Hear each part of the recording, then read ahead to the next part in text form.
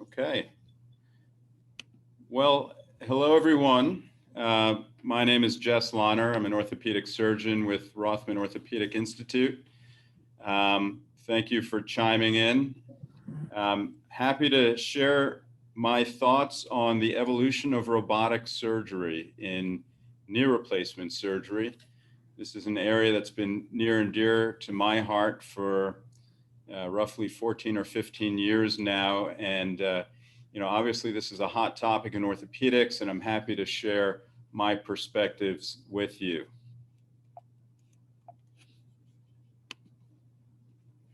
By way of disclosure, I am a consultant for several companies that have designed commonly used knee replacement implants, and I worked with them on several of these.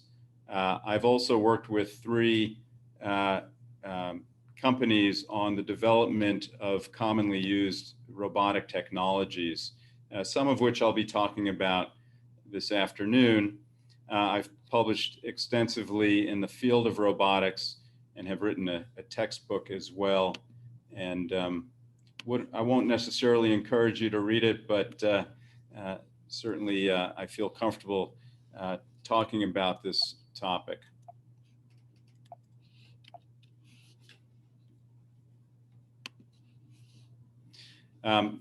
As a personal perspective, I grew up, like some of you perhaps, as a product of the 60s and 70s, watching some TV shows which featured pretty prominently some wonderful robots. But I never imagined in my wildest dreams that I would ever have entertained using a robot during knee replacement surgery until I met a robot in 2006 to 2007.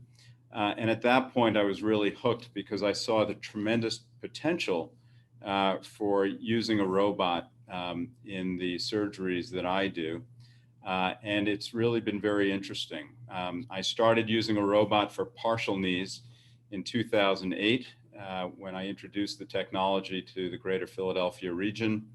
And it wasn't until 2021, just over a year ago, that I began using a robot in total knees, and I'll share some of my perspectives regarding those areas.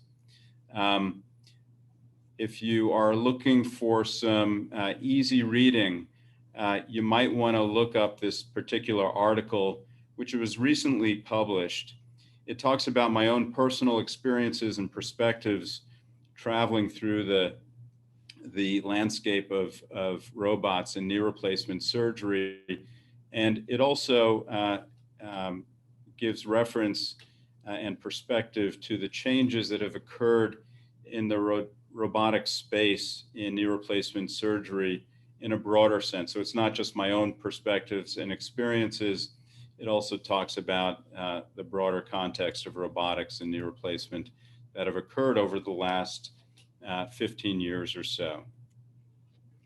Now, during this talk, I'm going to mention things like partial knee replacements and total knee replacements. At times, I'll refer to them as partial knees or total knees, and you might even hear me say partials and totals. So those words will all be used interchangeably. And I don't want to spend a lot of time talking about the differences between those and why we'd use one over another. But you can actually access a previous talk that I gave on the Rothman website. I think if you link through my personal webpage, you can get to it. But very briefly, some of you know this already, but others may not. The knee has three compartments. There's the inner compartment. We call that the medial compartment. There's the outer compartment. We call that the lateral compartment. And then there's the kneecap area, and we call that the patellofemoral compartment. And different patients will have different patterns of arthritis. So sometimes the arthritis only involves one compartment, whereas other times 2 or 3 compartments are involved. And depending on the pattern of arthritis, your surgeon might offer you something called a partial knee replacement, which is identified in this X-ray on the left of your screen. But if there's more advanced arthritis, then the better option would likely be the total knee replacement, which is certainly the more conventional approach that most surgeons will offer their patients. So I just wanted to give you that little background before we jumped into the talk. We know that in the hands of high volume knee replacement surgeons, partial knees and total knees are extremely durable with survivorship or durability well over 90% at 10 to 15 years. And in fact, nowadays with the data that we have and with our own personal experiences, we can comfortably say that probably more than 90% of our knee replacements will last 20 years. So they're very durable. Unfortunately, though, if you look at the databases from Medicare and some of the private insurance companies looking at tens of thousands of patients, it turns out that in the hands of the masses, so all comers, all surgeons with varying degrees of experience, with varying clinical volumes, the failure rate is higher than it is in the hands of those of us who do many of these, particularly with regards to partial knees, where the failure rate is far more rapid than in total knees. So unfortunately, despite our publications and others who've documented very high durability in amongst those who do probably less than 5 or 10 partial knees a year and less than 20 to 50 total knees a year, the failure rates are higher. And there are a variety of things that can affect the results and the durability of knee replacements. Certainly patient selection is a big one, particularly when it comes to partial knees. If you do a partial knee replacement, for instance, in someone who's got arthritis in all 3 areas of the knee, the failure rate will be higher than we'd want. We also know that how accurately we implant our components and align our components and balance our soft tissues will influence how successful the replacements are. And then there's been data that shows that surgeons with less clinical experience, with lower volumes, have a higher failure rate, as I mentioned earlier. And so with that in mind, robotics were developed now over 15 years ago with the goal of trying to simplify the procedure and make the results more reproducible. So in other words, to take away the issue of surgeon inexperience, to make an inexperienced surgeon as qualified and competent as a surgeon who does 200 or 500 or 700 knee replacements a year. By doing so, we can enhance the accuracy of the bone preparation and the alignment of the components that we implant, and it can make the balancing of the soft tissues far more accurate. And thereby, we hope that the improvements will lead to better clinical results, better function, and improved durability of the implants. Many of you know about the Da Vinci robot. That's the one that's gotten the most press over the years. And that was released back in the year 2000. And it took many years for us to start developing orthopedic robots. The Da Vinci robot is not used for orthopedic surgery, but many of our patients will come in asking for a Da Vinci case. We use other sorts of robots in orthopedics. The first robot that was FDA approved for use in knee replacement surgery was released in 2005. I was introduced to that robot in 2006, and it took about 1.5 years before our hospital, at which I worked at the time, would make the decision to purchase a system. And ultimately, I did my first case in 2008, and it's been very beneficial for patients who've come in for surgery over the years. The growth of robotics had been very slow. It was plodding. It was only a handful of us for many years who were using robotics until it was no longer slow. And what I would suggest is that starting in around 2014, all of a sudden, for a variety of reasons, um, the robotics experience changed. The perception towards robotics changed.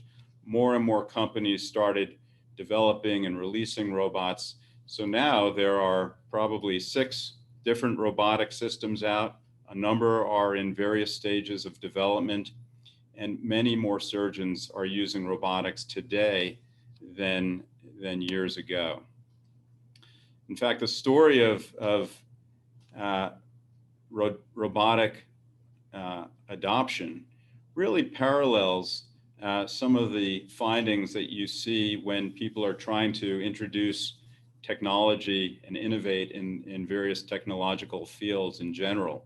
So initially, there are a few early adopters, but the others in the community in that particular space oftentimes are skeptical that there's really a great role for robotics. But as these adopters start to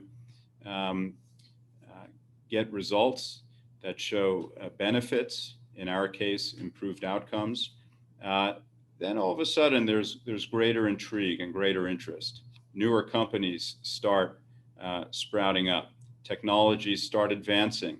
The costs of these systems start to come down as competition mounts.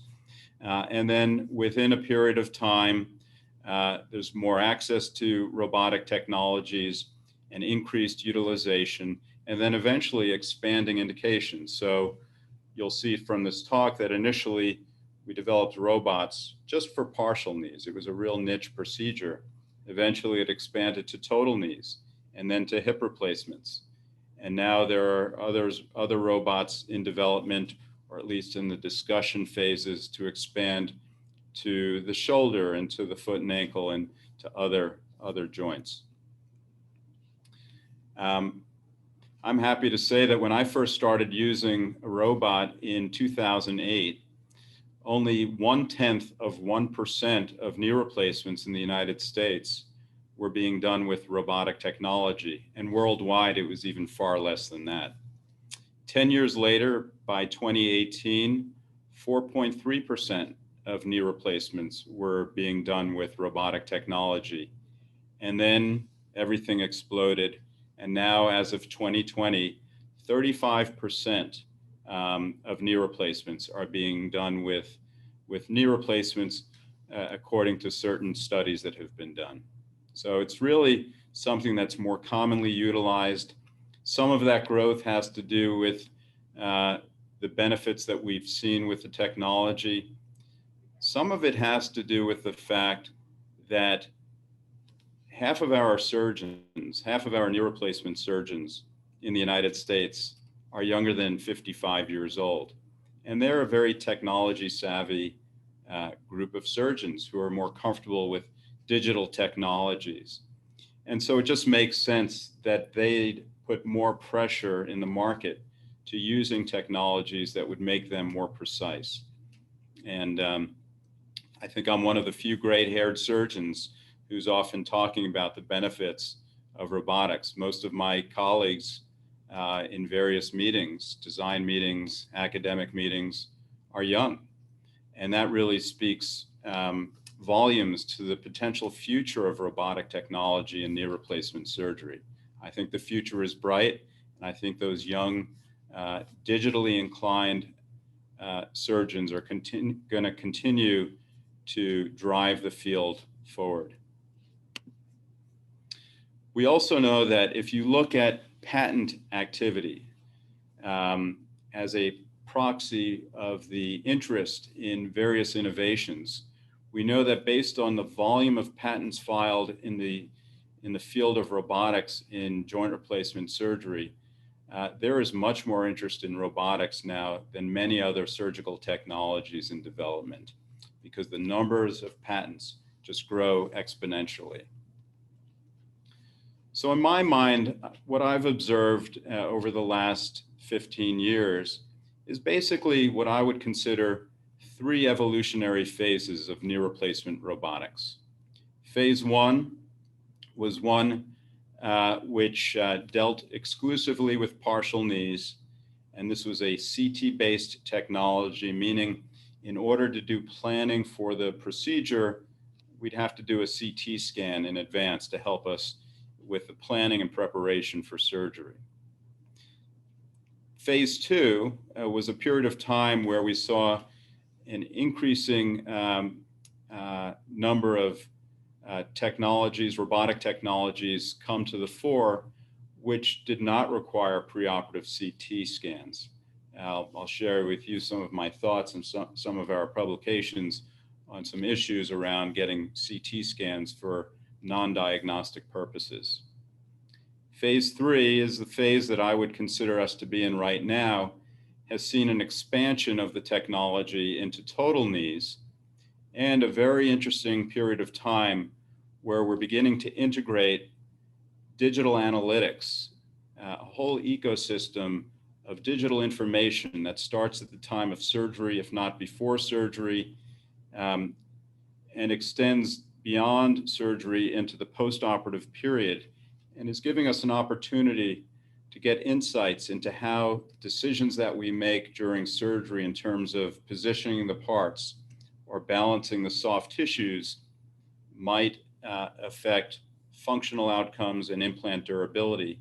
And ultimately, those issues will help us make smart decisions about how to balance the knee, or help us to develop artificial intelligence platforms to help facilitate the surgeries and improve outcomes further. Now, the one thing I'll point out is that these different phases are not necessarily discrete phases, although I certainly like to think about them as discrete phases because I can organize my thoughts around them a little bit easier that way. But in reality, these phases tend to blend into each other. So some of the systems that I would consider phase one systems are still on the market today and still in use and still very successful. They've certainly morphed over time, so they're not the exact same systems that they were 16 years ago. And the same can be said of the phase two robotic technologies. Many are still in use today. Some have been phased out. Most of them have gone through several iterations and will continue to evolve. And the same can be said of even the most recent phase three technologies. And I don't think robotic technology is going to end here. There's going to be multiple iterations, multiple phases that will continue well into the future. And as I said earlier, I think the future is bright for robotic technology and knee replacement surgery. It's interesting to think about technology evolution in general. Some have said that each innovative step in the process sees incremental improvements which ultimately tap the full potential of the initial invention. I would actually argue that certainly each invention is marked by incremental improvement, but we are nowhere near the ultimate potential in robotic surgery. I don't think we'll ever see the ultimate potential because there's always going to be incremental change and improvement. And in fact, some of our technologies today that we're using have advanced so fast that we don't fully understand the full potential of those technologies and how to use them. We have several studies going on right now, for instance, where we're synthesizing data that was collected intraoperatively during the robotic surgery with postoperative data that measures functional outcomes, range of motion, activity levels, patient satisfaction. We're going to try to synthesize those to better understand how to balance our ligaments, how to cut the bone to optimize our outcomes. There are a number of distinctions between the various robotic technologies that we use. I won't bore you with the details, but suffice to say, some require preoperative planning with a CT scan. Most of the more recent robots don't require preoperative CT scans, but it depends on what system is being utilized, whether or not a CT scan will be necessary. The control mechanism of how the tool that's used to cut and prepare the bone is used, and its protective mechanism to avoid inadvertently damaging other bone or soft tissue that we don't want to damage during the procedure. The cutting tool varies. It can be a saw, it can be a burr. It varies from system to system again. And then what are the system priorities? Most current robotic systems prioritize getting the bone cuts accurate and soft and balancing the soft tissues. Others only deal with cutting the bone. Most do both, and their mechanisms of how they do it vary a little bit. And then, as I mentioned, several systems, and I suspect this is going to continue to increase in the future, are integrating the whole digital ecosystem to allow us to better figure out how to make the best decisions that will ultimately best impact the patient's outcome. So phase one probably started in around 2005 when the first of the FDA approved robots for knee replacements was released. Of course, development on that certainly started several years earlier. And actually, I think we could argue that the first phase of robotics really started 20 years earlier when work began on a robot that was only more recently FDA approved for knees, began in California for hip replacements, but wasn't released in the United States for many years later. The phase one robots, though, that I'm talking about were a niche procedure for a niche, or a niche technology for a niche procedure. This was developed exclusively for partial knees. At the time, it wasn't thought that it was really a necessary endeavor for total knees, because the thought for total knees is that total knees could accommodate some variability in alignment of the components as long as the soft tissues were balanced. Whereas with partial knees, we knew early on that you really had to make your cuts quite perfectly and balance the soft tissues to optimize the results. This first phase robotic device required a preoperative CT scan for planning, and then that needed to be paired with intraoperative planning in order to register the landmarks, plan the bone preparation, and the like. Here's an example of how we did the surgery back then. This probably dates back to about 2008, 2009, these photographs. Basically, though, a three-dimensional model of the CT scan would be built for each patient. And then on that three-dimensional model, a personalized plan would be created.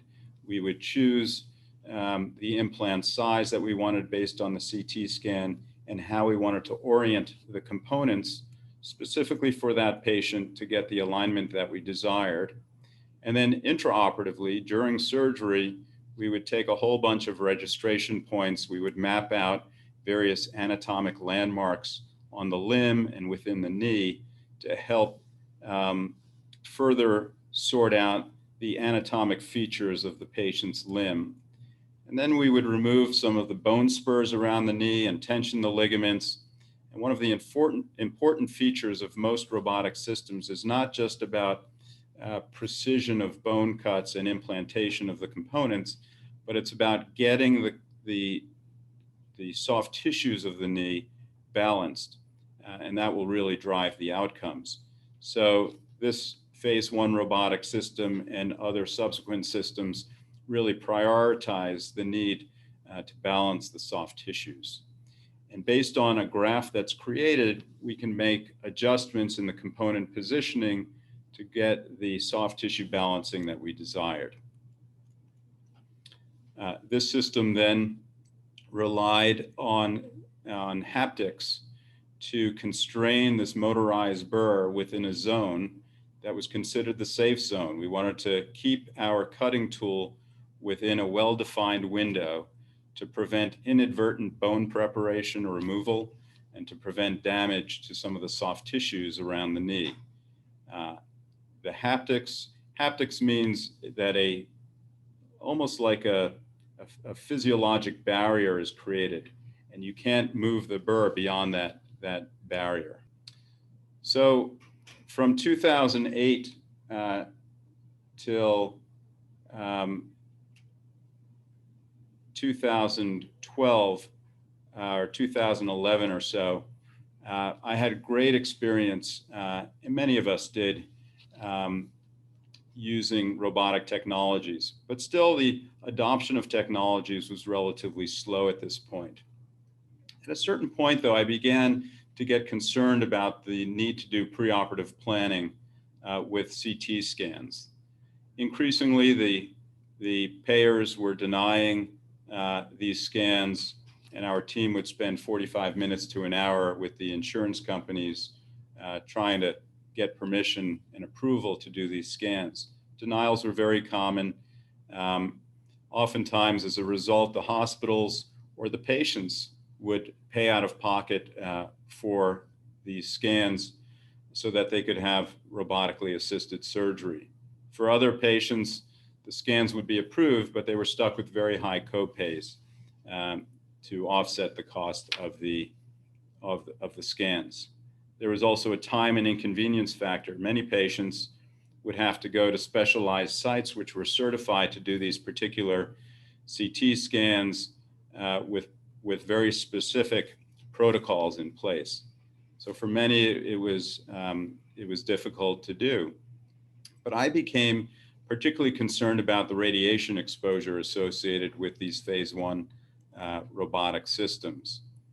And we looked at this. There have been studies that have shown that excessive exposure to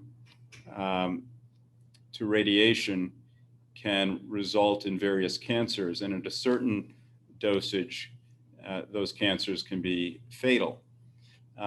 We looked at a number of scans, 236 over a 2-year period. These were my patients, and there was a certain radiation exposure.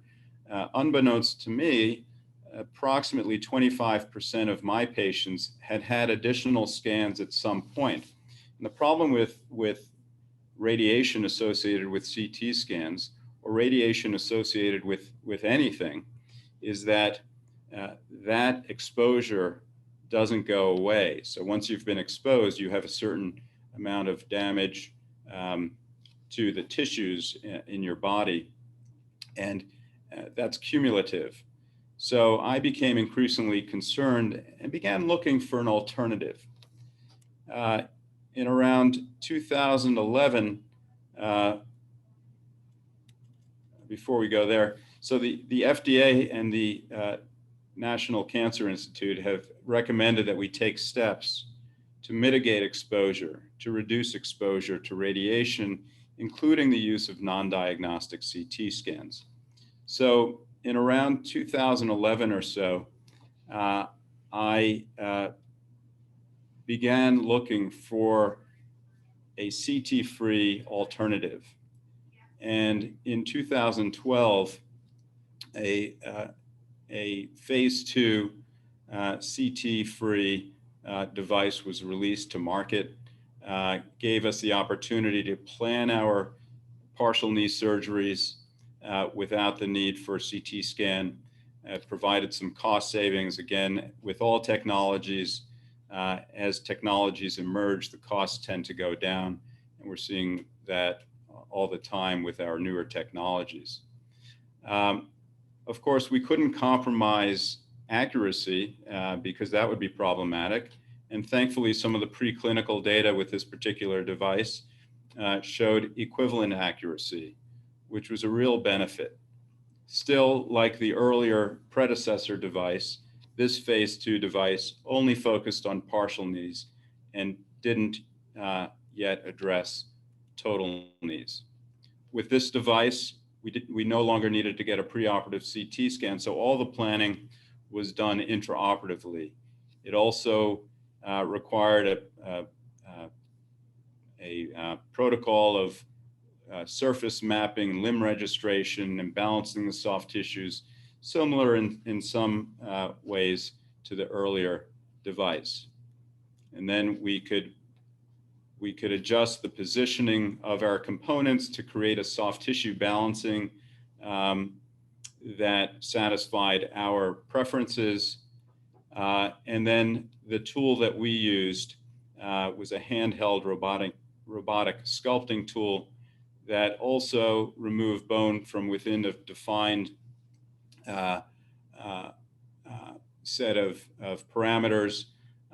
It was not a haptic device, but instead relied on modulating the exposure of the cutting tool or the speed of the cutting tool to avoid inadvertent bone injury or soft tissue injury. At around this time in 2016, then, after amassing pretty reasonable experience with two systems now, two robotic systems, I began to think more about expanding the application for total knees. The broader robotics market was doing the same thing, and for a variety of reasons. For me, I thought that there was a high likelihood that with our changing demographic of surgeons, these younger surgeons, in the next 10 to 15 years, it was very likely that many of these younger surgeons would be using exclusively robotic technology or some other technology other than conventional methods. So I thought, well, why not help contribute to the field of robotics as it applies to total knees? But I also saw another opportunity for us in improving surgical efficiencies, improving the work experience within hospitals and surgery centers where we were beginning to do more of our surgeries. And then from a surgeon's perspective, I wanted to see if we could use these technologies to improve the ergonomics of surgery for the surgical team. And I'll share some of my studies on those particular areas. So phase 3 is where we are now, and I consider this the big expansion into the total knee market, and a period where, again, we're integrating digital technologies into the overall care paradigm so that we can interface the decisions that we make during surgery with the post-operative recovery, and then try to synthesize that information to allow us to make decisions that may impact the outcomes. Most systems emerging at this stage are CT-free platforms that do not require preoperative CT scans. I mentioned the changing paradigm. I think increasingly there's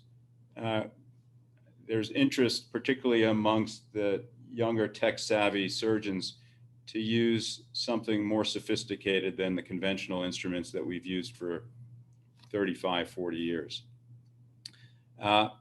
Many of us are interested as well in individualizing our care for each patient. Historically, we would do all the surgeries the same way. Now we are realizing that we could probably individualize our surgeries a little bit more to accommodate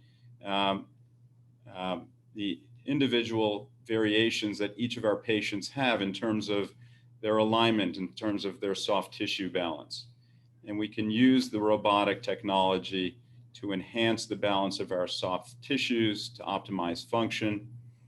And as we shift our cases increasingly to ambulatory surgery centers where they're challenged by available space, the robotic platforms now offer a wonderful opportunity to reduce inventory, to pare down the number of trays that we need to bring into the centers, which is really important for doing high volumes of cases at these surgery centers. And then, as I mentioned, there's really growing interest in the use of artificial intelligence and machine learning in all sorts of surgeries, but in particular in knee replacement surgery. And these can influence the surgical steps and help us to understand how various surgical methods that we use and decisions that we make can influence the post-operative outcomes. Finally, we've done some studies looking at how robots might affect the ergonomics of surgery for the surgeon and the surgical team, and how it may reduce physiological stress and strain, again, for the surgeon. There's actually a high rate of orthopedic ailments amongst orthopedic surgeons, particularly amongst joint replacement surgeons. 50% of us have chronic musculoskeletal pain. We have bad necks, we have bad backs, oftentimes bad shoulders. Our hearing is gone from the excessive decibels of noise that we expose ourselves to. And so I thought it might be interesting to see if some of these advanced robotic technologies might improve the ergonomics of surgery. And I tested two. I tested first the phase 2 device that I used from 2012 to 2021, one that I had a great deal of experience with. And surprisingly, what I found is that the phase 2 device paradoxically actually increased strain in my shoulder compared to conventional techniques. And it increased energy expenditure, the amount of calories that I burned. And it increased cardiorespiratory stress like heart rate and respirations. On the other hand, when we started using this third generation robotic tool, we started studying the ergonomics of that and the physiologic response when I did my first case. So during a period of time when in theory, I was in a learning curve and not quite facile with the tools. We knew right away that we would be precise with the technologies because all studies have shown that precision occurs from day one. But we also assumed that because of the learning curve, surgery would take longer, which it did certainly at first, but that as a result, there would be increased musculoskeletal strain and increased physiological strain as well. We were pleasantly surprised actually to find that this newer phase 3 robot reduced musculoskeletal strain of the lower back, reduced neck strain in terms of rotation, and it reduced energy expenditure and cardiorespiratory stress and strain. So this was very helpful for us and helpful to our team as well. And we're now currently doing a variety of other studies to further look into these devices and how we can bring in other technologies or change our surgical techniques to protect the team more from injury. And then lastly, here we are in an era of artificial intelligence. And certainly knee replacement surgery is not immune to the lure of artificial intelligence. We're trying to personalize our plans and use artificial intelligence to guide decisions that we make, again, as I mentioned earlier, regarding how much bone to remove, how to orient the bone cuts that we make for the surgery to accommodate the implants, and how do we use that information to seamlessly drive decisions in soft tissue balancing using artificial intelligence. We're also in an era where there's increasing use of digital information to help us to inform our decisions based on what we know eventually. We don't know that yet, but what we will eventually know about how soft tissue balance, for instance, during surgery impacts functional outcomes or impacts implant durability. We'll then be able to use artificial intelligence programs to more effectively drive intraoperative decisions. And that, for me, is one of the more exciting features about the next phase of robotics. As I mentioned, we're in phase 3 now, but phase 4 will probably captivate on that theme even more. We discussed 3 evolutionary stages of robotic systems in knee replacement surgery. And as I mentioned, we don't yet know what the full promise of this technology will be. But what I do know is that there will be future phases of robotics used in knee replacement surgery and in other specialties, which will continue to enhance the outcomes, to drive the decisions that we make during the surgery, to improve the experience for our surgical team, and most importantly, to optimize the outcomes for our patients. So on that, as I mentioned, I welcome you to reach out to us or any of us at the Rothman Orthopedic Institute if you have further questions about knee replacement in general, partial knees, total knees, and robotic surgical techniques as well. Thank you very much for chiming in, and I hopefully look forward to hopefully meeting you soon at some point in person.